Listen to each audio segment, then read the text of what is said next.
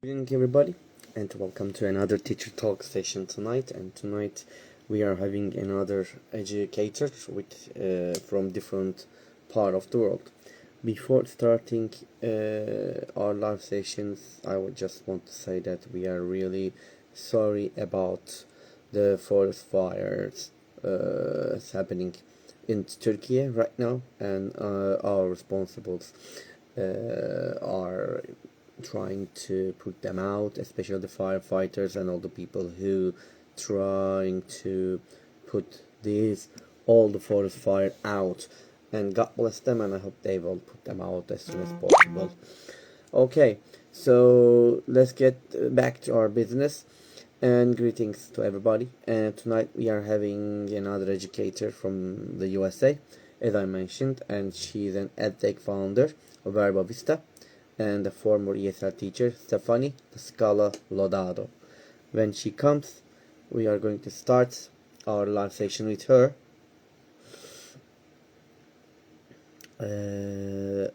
I'm waiting for her to join.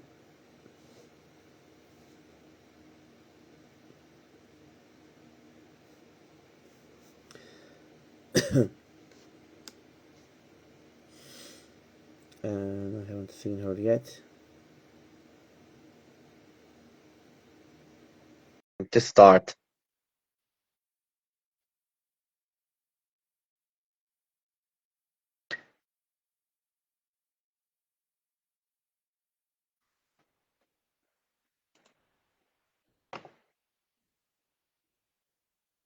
Waiting for her.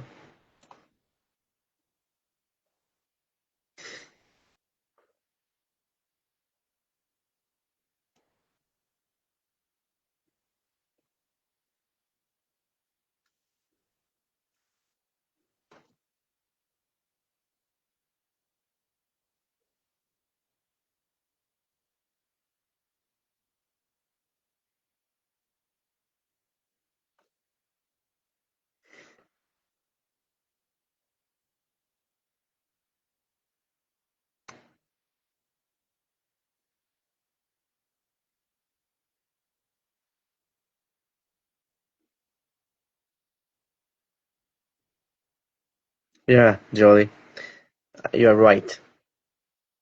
A long time.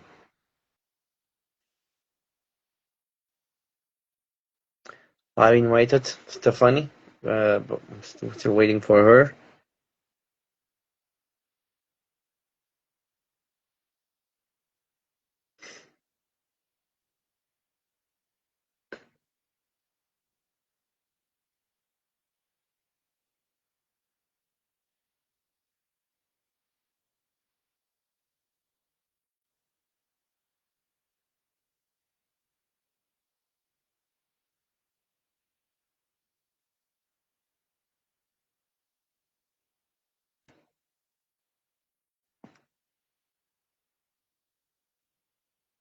Yes, Stephanie is here, and I have invited you for the session. You just need to accept my invitation.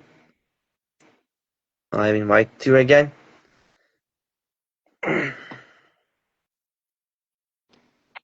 There you go. Let me turn around my camera. Hey! Oh, yes. Hello, Stephanie. Hi, how's it going? How are you? It's good. It's good, and it's great to see you live. All right. Yeah. It's great to see you. Okay, so before starting our live session, Stephanie, I just want to say thank you very much for accepting my invitation and become my guest for Teacher Talks. And we are very happy to honor to have you here tonight. Yeah, thanks for having me. I appreciate you having me on and, giving me a chance to talk with you. It's pretty cool. Great to hear it. Okay, we are as an educator, we are all very busy. So I'm sure that you are also very busy. So I don't want to take a lot of time from you. If you're ready, can we start? Let's do it. Okay, so I know about you, Stephanie, but maybe our guest would like to know about you. Can you tell us about yourself, please, and a bit about your experiences too? Oh, yeah, sure. Well, I am in the US. I live in New York State. I'm originally from the New York City area. You might hear an accent. So I started teaching English as a second language back in 2011. So when I graduated from college with a sociology degree, nothing to do with English, I didn't know what to study after or do after that. So I decided I'm going to apply for this program, and it's going to be somewhere in South America. And I'm going to go there for at least 3 months and teach English, Nice. learn Portuguese. So that's when I got started. Um, and yeah, it just all kept rolling from there. So I stayed in Brazil. It ended up being 4 years, and I was mostly living in Rio de Janeiro. Oh, And cool. I came back to the US right before the Olympics in 2015, and I started teaching online. So, yeah, that's a little bit about my background. I see. Great. Okay, thank you very much for sharing it, Stephanie. So my next question is about you. What was or were your turning point or points in your own education? Oh, well, it was definitely during college. So, I think my biggest turning point was taking my first women's studies class. So, my Oh, I see. major was sociology, my minor was women's studies. And that really got me started with focusing on social inequalities. And so, I think that really led to the way that I interact with other people, I see. meeting people where they are and trying to be inclusive, essentially.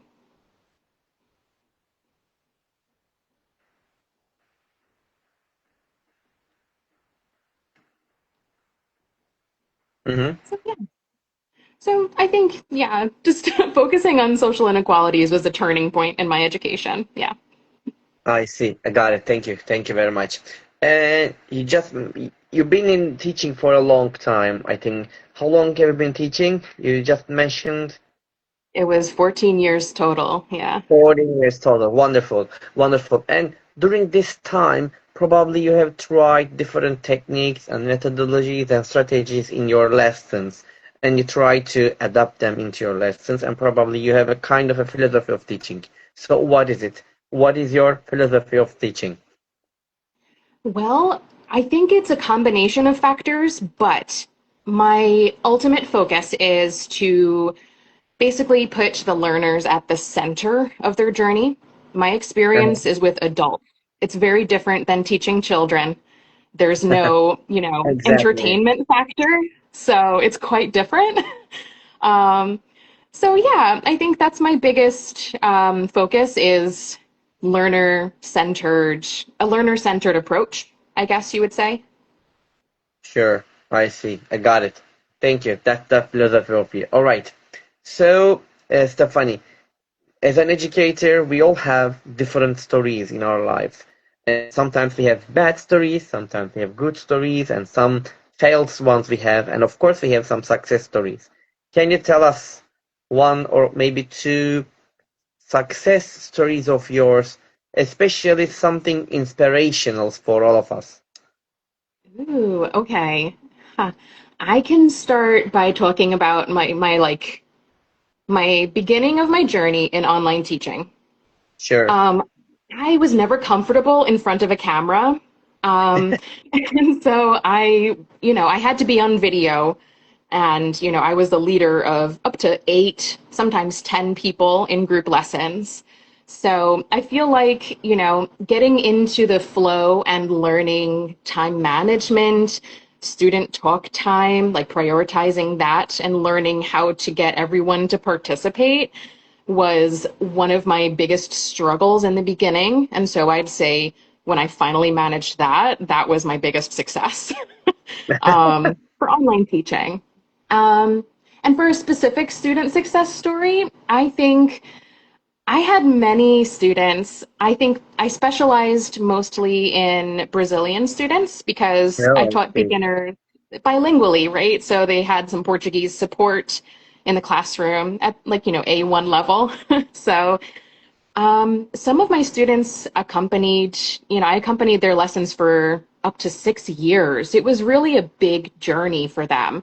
And so seeing Oh, them go from like not understanding basic vocabulary and needing translation every few words to they're interacting, they're traveling in the US, they are, managing a hotel stay, ordering at restaurants, problems with their journeys, like airport delays, and with fluency and confidence.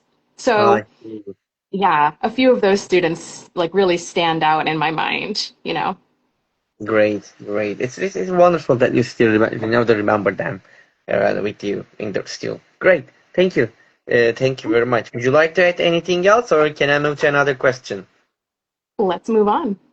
Okay, then. So you know that as an educator, we always want to be successful in the classroom. We always want to manage our aims in the classroom with our students.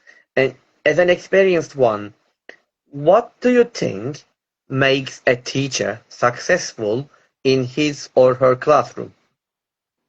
Oh, definitely being flexible on your expectations for what your lesson's goal should be, Uh-huh. right? Sometimes we go in with this fixed expectation of they need to achieve X lesson goal by the end of these 60 minutes. But for some people, they might have a bad day. They may be going through something, be Exactly. unable to focus. You need that flexibility. You've got to, again, meet them where they are? Mm-hmm. I see. That makes them, that gives them successful in the classroom, you mean. I see. Okay. Thank you very much, Stefan. All right. Sometimes, as an educator, our job is not easy.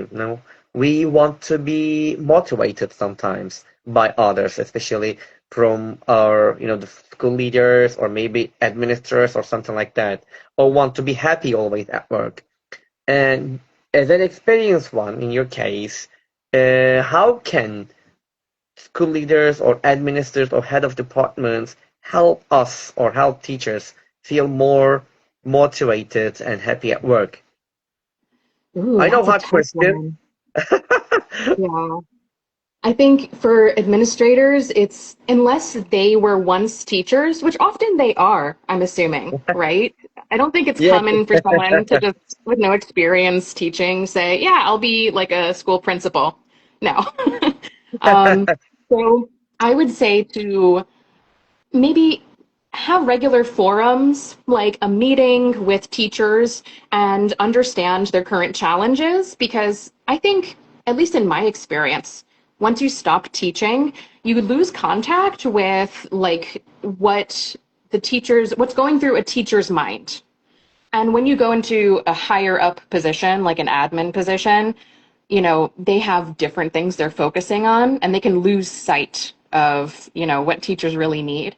So I don't You know. are I right. think you need like open lines of communication, number one. That would be the best support, really. I see. Okay. Thank you. Thank you very much, Stephanie.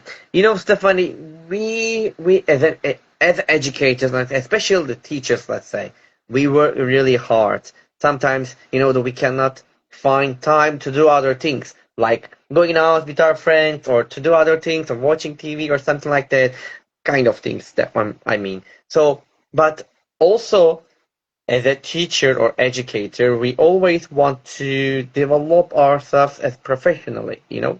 We want to do that. But the thing is that, is it possible to develop professionally when you have a lot of work to do?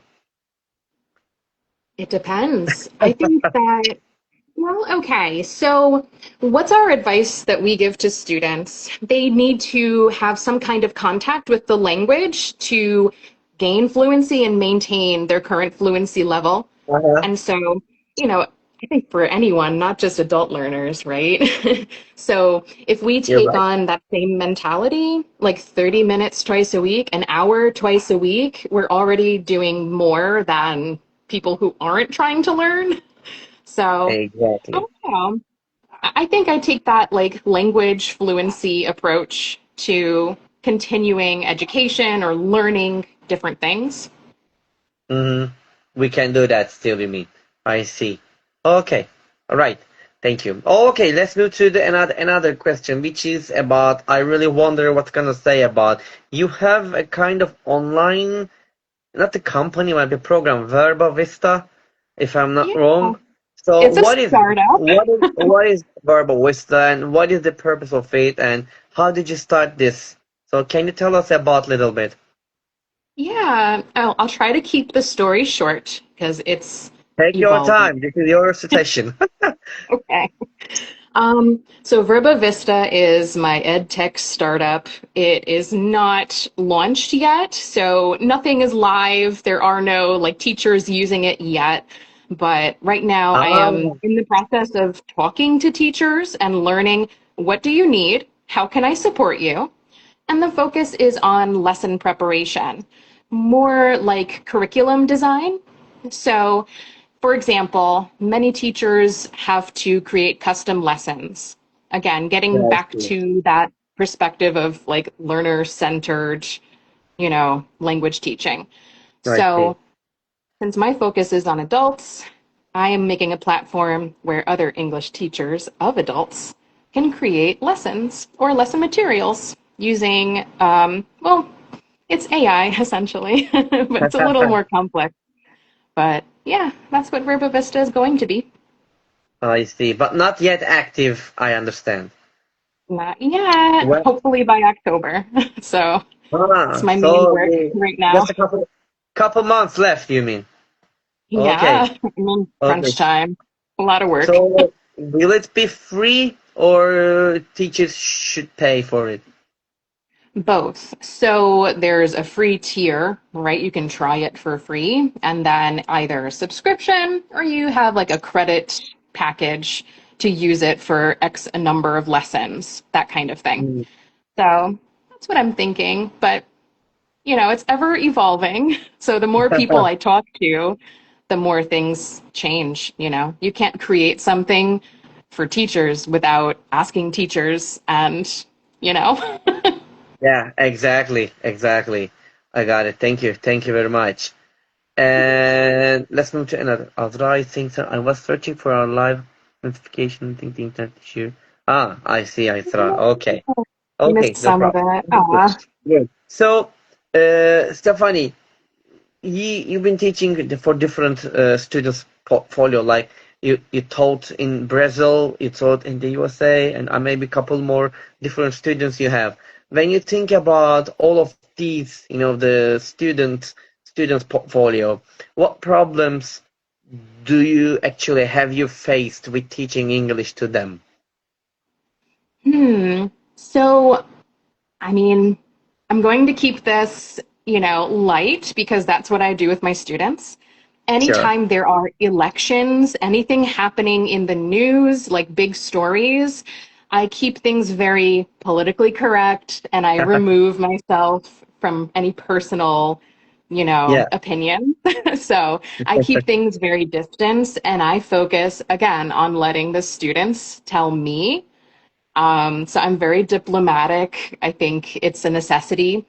It can easily be misinterpreted or turned into a negative experience for a student if you use a class as a forum to share your opinions or push an agenda. So I am extremely sensitive to that. Um, that's essentially how I manage, just having classes with different cultures, number one, and one-on-one lessons with adult learners during some crazy times or times of transition going on in the I US. see. I see. I got it. Thank you. Thank you very much. You know, as a language teacher, some of us probably choose actually prefer using textbooks, and some of them, prefer using authentic materials in our lessons. When you think about your lessons, do you prefer using textbooks or authentic materials like emails, reports, case studies in your in language in your classes, and why? So there's no formal philosophy behind what I do, but I know there are, like, for example, CELTA will, or yeah, they'll recommend certain strategies to Yeah. enhance language learning, right? So one of their methodologies might be use only like real world materials, like dialogues or role plays, things like that. So that's kind of what I do. I think, you know, I used textbooks for a really long time. When I first started teaching, I depended mostly on textbooks, like Uh-huh. PDFs on my computer, printing the pages. And it was painful for both me and the student. So as soon as I could, I got away from that and I started, looking online for free resources, um, spending a lot of time Googling things. For Mm-hmm. example, I get a lot of, or I used to get a lot of requests for job interview preparation or people who were preparing to move abroad or study abroad. And they had really specific language they needed to achieve these things. I So I see. had to, you know, do all those searches to find relevant stuff for them. Um, and sometimes I would use like test preparation materials like IELTS or the TOEFL, the TOEIC, and just find whatever was free. I usually used free materials. Um, Yeah. and then in the last year of my teaching, I learned how to use AI, and I would use just ChatGPT. That's my daily AI go-to. We all do, don't worry. You're not alone. Yeah. Okay. I see. Okay. Great. Thank you. Thank you very much. And it's so funny. We use different online tools. Okay. We like to use, especially, for example, I like using Kahoot in our lessons, for example, or with my students. What about you? Can you recommend any online tools or platforms that, enhance, uh, the language learning? Yes, you may. I think the best all-in-one tool would be Canva. Easily, Canva is my favorite. You can create like slideshows or slides for lessons. You can create games. I think Canva is my number one. And my only two subscriptions I ever paid for as a teacher were Canva and ChatGPT. And that gave me everything I needed. And the rest I would spend Wonderful. time searching on Google for other teachers' awesome lessons, or using Wonderful. BBC. Yeah. That's also a cool place to use it. I mean, like the website and BBC, they're really useful stuff to use it in our lessons. All right, great. Okay, Stephanie, we always, think that when we look for actually something for our work to do it, sometimes we are looking for something that motivates us to do this job because our job is not easy, you know, being a teacher or trying to teaching something to the students or the people, that's not easy thing. We need a kind of a motivation, and in this case, what motivates you for this job? Oh, good question. Well, so because I had so many students that, I had for like years, that's what really motivated me was to see, how are they doing? Almost like they were friends. Not really, though. There was that professional boundary always. But, for some people, it was just knowing that I would open the class and talk to someone, and I genuinely enjoy spending time with that person. So that's really the motivating factor. Other than that, I would say, even if you are doing the same lesson for the 50th time, someone is still going to get something different or ask a different question about that lesson. And so that little, like, sort of intellectual stimulation is I see. motivating for me, like the Uh, problem solving, the sudden grammar question where you're like, oh, yeah. What part of speech is that? I see. I got it. Thank you. Thank you very much to giving this answer to doing. Stephanie, we we've been using, especially not only teachers, all the people around of us are using AI. That's very popular, especially for every job area. It. And so in teaching or education world, we use it. because it's, we cannot, escape from it, okay, to use it. So when you think about it, it's everywhere actually. And what is your opinion about using AI in education? And also, what have you discovered about how teachers feel about using AI in the classroom? That's two questions Mm, together, maybe. these are big questions. I have been doing some searching and talking to people about this most recently, so I feel like, Great then. there's some information to what I'm saying. It's not just opinion. But first of all, I think that, there are teachers using AI responsibly and teachers using AI um, without really knowing the limitations and the precautions that you should probably take when using AI. So, for example, you know, a lot of people think I can just ask it a question and I'm going to get a ready made response, but they're not quite aware. A lot of editing, a lot of follow up questions are needed to get something that is actually usable or useful in return. So I would say, you know, learning how, or not even learning how to prompt, but understanding that what you're going to get out of AI is what you're putting into it is the first step. And the second step is it's not, a one prompt, one question interaction. And that's if you're prompting AI directly.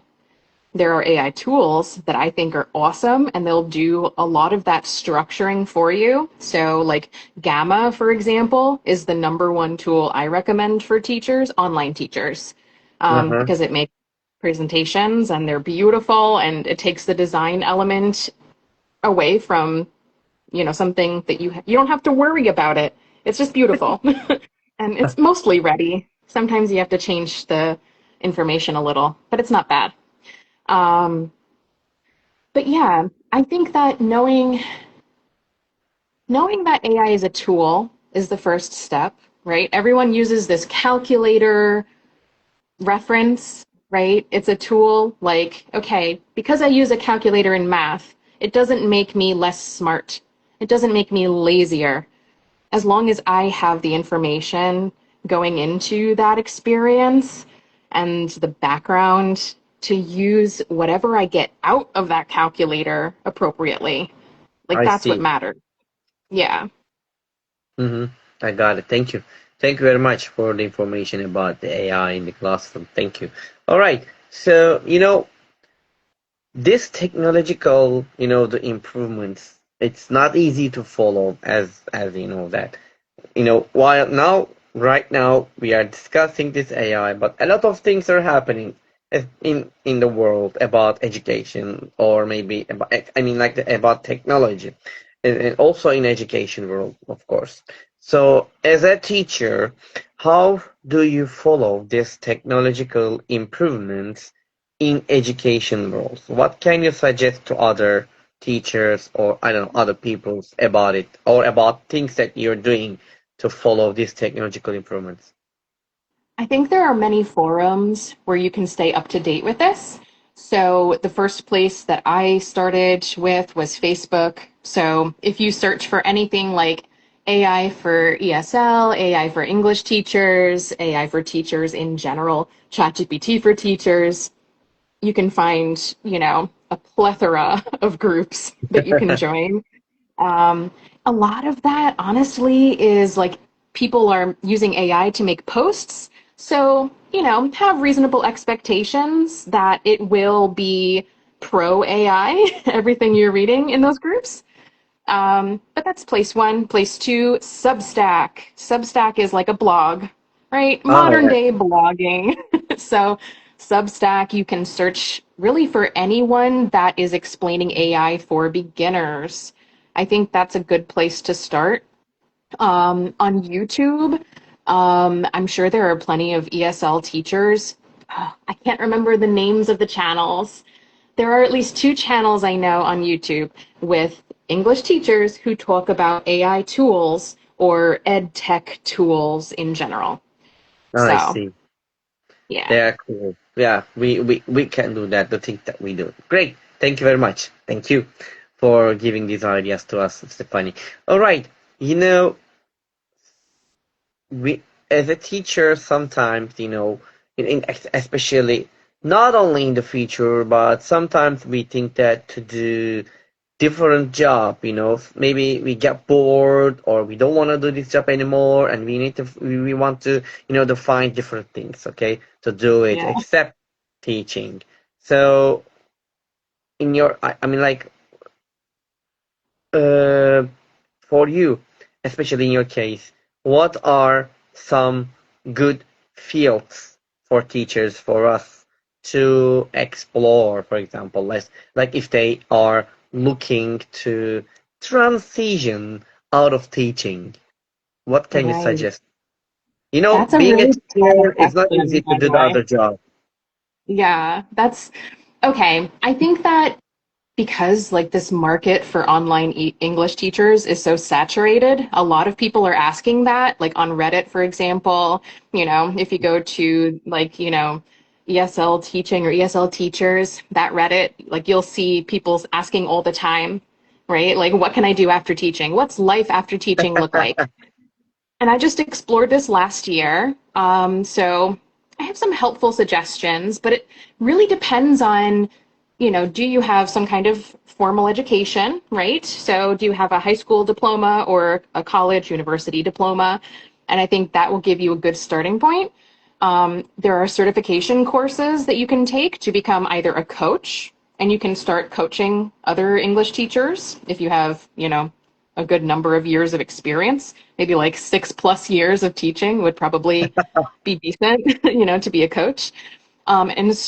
Instructional designer. So instructional design would be probably a step up in terms of what you need in terms of your experience and education. You probably would need some kind of certificate program or, a degree, a 2-year degree at least to transition into instructional design, but it's very much needed and it's a popular path for teachers. Mm-hmm. I see. Thank you. Thank you very much, Stephanie. So, Stephanie, uh, my next question is about, you know, you are working as a teacher, as an ESL teacher. I mean, you already mentioned it, but what are you doing, especially for your job right now? Are you doing anything special, or do you have any project, something that you haven't mentioned anywhere, but maybe you would like to tell us here? Okay, yeah. Well, let's see. So last year, well, actually, no, I'll back up. Since April, I have stopped teaching and I am doing something totally different. So I Oh, am I in tech see. now. I'm building web applications. And so that's something that I started doing since December, but officially stopped teaching in April. So that was a big turning point, just complete career transition. So that's what I do now, Nice. freelance. Yeah. And then, yeah, I think so. Last year, I was thinking, okay, I'm coming up on 10 years of teaching online. How am I going to get out of this? Like, what can I do from here? Because as an independent contractor, you don't really have references except for your students. Like, there's no like admin or, you know, there's no one in administration who's going to give you a recommendation letter. So I thought, well, just continue on this same path of self-employment, freelance work. And so that's what I did. That's what I do. Okay, great. Thank you. Thank you very much. And you know, in our life, we always, especially when we see a really hardworking people or successful people, we take them as our role model, or we would like to follow their path because we know that they are successful and they have done a lot of good things in their life to become successful. And when you think about these kind of people around you, do you have a role model in your life and anyone, or do you have anyone who inspires you in your life? for education or for your life, maybe? Oh, this is a good one. So I think in terms of being an educator, I had my first role models when I first arrived in Brazil, and I was working with Bridge Brazil.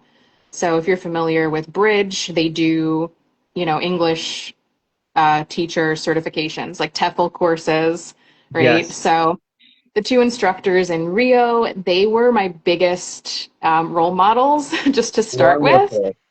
Yeah, they were very like hospitable. There was one person who was using his personal CPF to help us teachers like register our cell phones, and like he took us to the store to buy cell phones so we weren't like, just these foreigners lost in Rio. So, just the warmth and hospitality there really set the tone for me to number one, understand my students and their culture right from the start, and what I could be and what I could provide as a service to students, I right? see. Because it's different when you're a private teacher, like you're not working with a language school and their reputation. You have to create your own persona and your own, like, I call it your special sauce, like your unique things that only you offer. And that was part of it. I got it. You remember names? One of them was, oh geez, Fernando Gregoris, and the other one was Vera Bradford. Ah, I see. They're both from Brazil. They're Yeah, Brazilian. I I think see. they're both from Rio, I think. Yeah. I see. Great. Thank you very much for sharing their names with us here. Great. Stephanie, that the time flies, and especially you have already new to another job from being a teacher. You just mentioned it. But when you think about yourself, maybe 10 or 15 years later, how do you see yourself? Will you still do this job, or will you try another job or jobs? Oh, I think that at least for people in the US, like the era of having one job or doing just one thing for your entire life, I think that's no longer an expectation for young people. I So, like, see. I'm in my 30s. I'm not young, young, but I don't expect to do what I'm doing forever. So who knows what's after this, right? Like, what if VerbaVista isn't successful? Okay, maybe I'll start a different company with someone who has different experience, right? Like, I You're don't right. know. I see. As you know that. Who knows what's gonna happen? Okay, we'll see. All right, great. Thank you very much, Stephanie. Stephanie, there are some moments in our life that we face, especially the difficult moments, or maybe some challenging moments that we cannot handle it, or we cannot find a solution or cope with the problem. And when we face that time, sometimes probably we say it on our own, like, oh, I wish I could have a kind of a superpower so I could easily solve it or fix it or something like that, okay? But when you think Right. about this in your classroom, especially for your lessons, if you could have one superpower to use it in the classroom, what would it be and how would it help you? Like, if you would like to be like a Hulk, and I don't know what's gonna happen with that power in Oh the no, classroom, but that's your something question really was dangerous. wrong. But I don't know. Yeah. No Hulk smash here. I'm sorry. No. So I would say some kind of like augmented reality vision. Now, what I mean by this is, you know how sometimes when you're looking through your phone's camera and you can see like, like just these little images generated, or there's a filter on and you see things like around you that aren't there in real life, but you can see it on your screen. So augmented reality, and when a student has a certain expression in their eyes or on their face of, I'm lost, I don't understand what's happening, I want to see above them like a little bubble or a little like, like a cloud saying like Yeah. what their problem is, where did they get lost? Like, kind of like mind reading, but I can see it. I'm not hearing it. Ah, I see. Kind of visual stuff on top of their head, like what's gonna Yeah. happen over there. That's I see. That's an interesting superpower. I see. Great. Thank you very much. I got it, Stefan. All right. You know that think that, Stefan, we finish our interview and you go outside your home and find a lottery tickets that ends up winning $100 million, which is a huge amount of money, I'm sure. What would you do? Oh, I would buy a larger house. Be honest, Um, I was going to say that. Please be honest. Yeah, you have already mentioned you're yeah. gonna buy a larger house. Nice.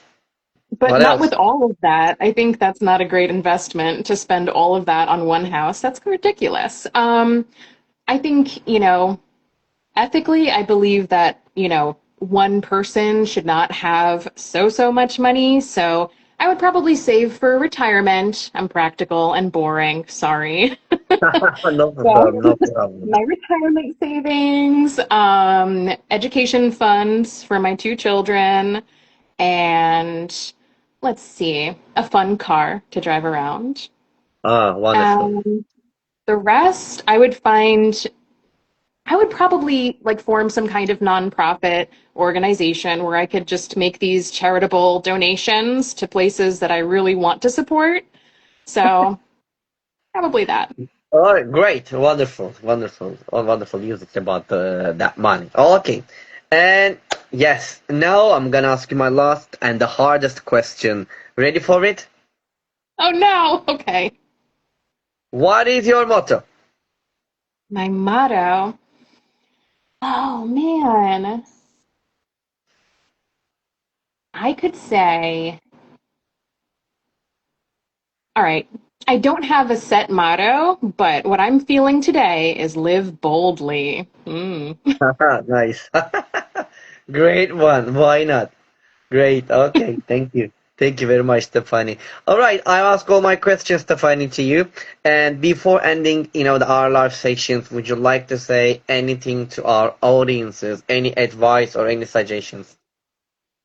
Well, I think my biggest advice is, just try to focus on doing the littlest thing possible to keep learning and just keep evolving your skills. And as you're learning, you never know who you're going to meet or what information you're going to unlock that will give you opportunities you never imagined, right? That's what Mhm. happened to me. Just by chance, I decided to apply to a program that was free. It was a workforce development program, and I made it through all three phases for all of 2024, and I used maybe 10 to 15 hours a week to learn something completely new to me. And by the end of it, now I have a tech startup, you know, like, and a different career. Yeah. I couldn't have predicted that meeting people during that course and, unlocking these new skills and interests I didn't know I ever had would lead me to where I am today. So take those chances, people. Ah, I see. Great.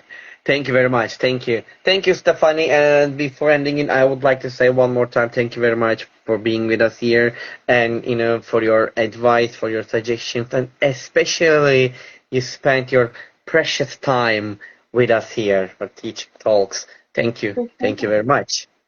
Yeah, thanks for making this happen. You're a great host. You're welcome. You're welcome. And Stephanie LaScala Lodato, I hope I pronounced correctly, was with us today. And we had a fruitful session with her. And as you know that we are going to be here next week on the same day at the same time every Monday at 9 p.m. for Turkish time. And until the next time, wherever you are, good morning, good afternoon, good evening, and good night. And please take care of yourselves and take care of yourself, Stephanie. And bye bye, everybody. And wherever you are, peace. See ya. See ya.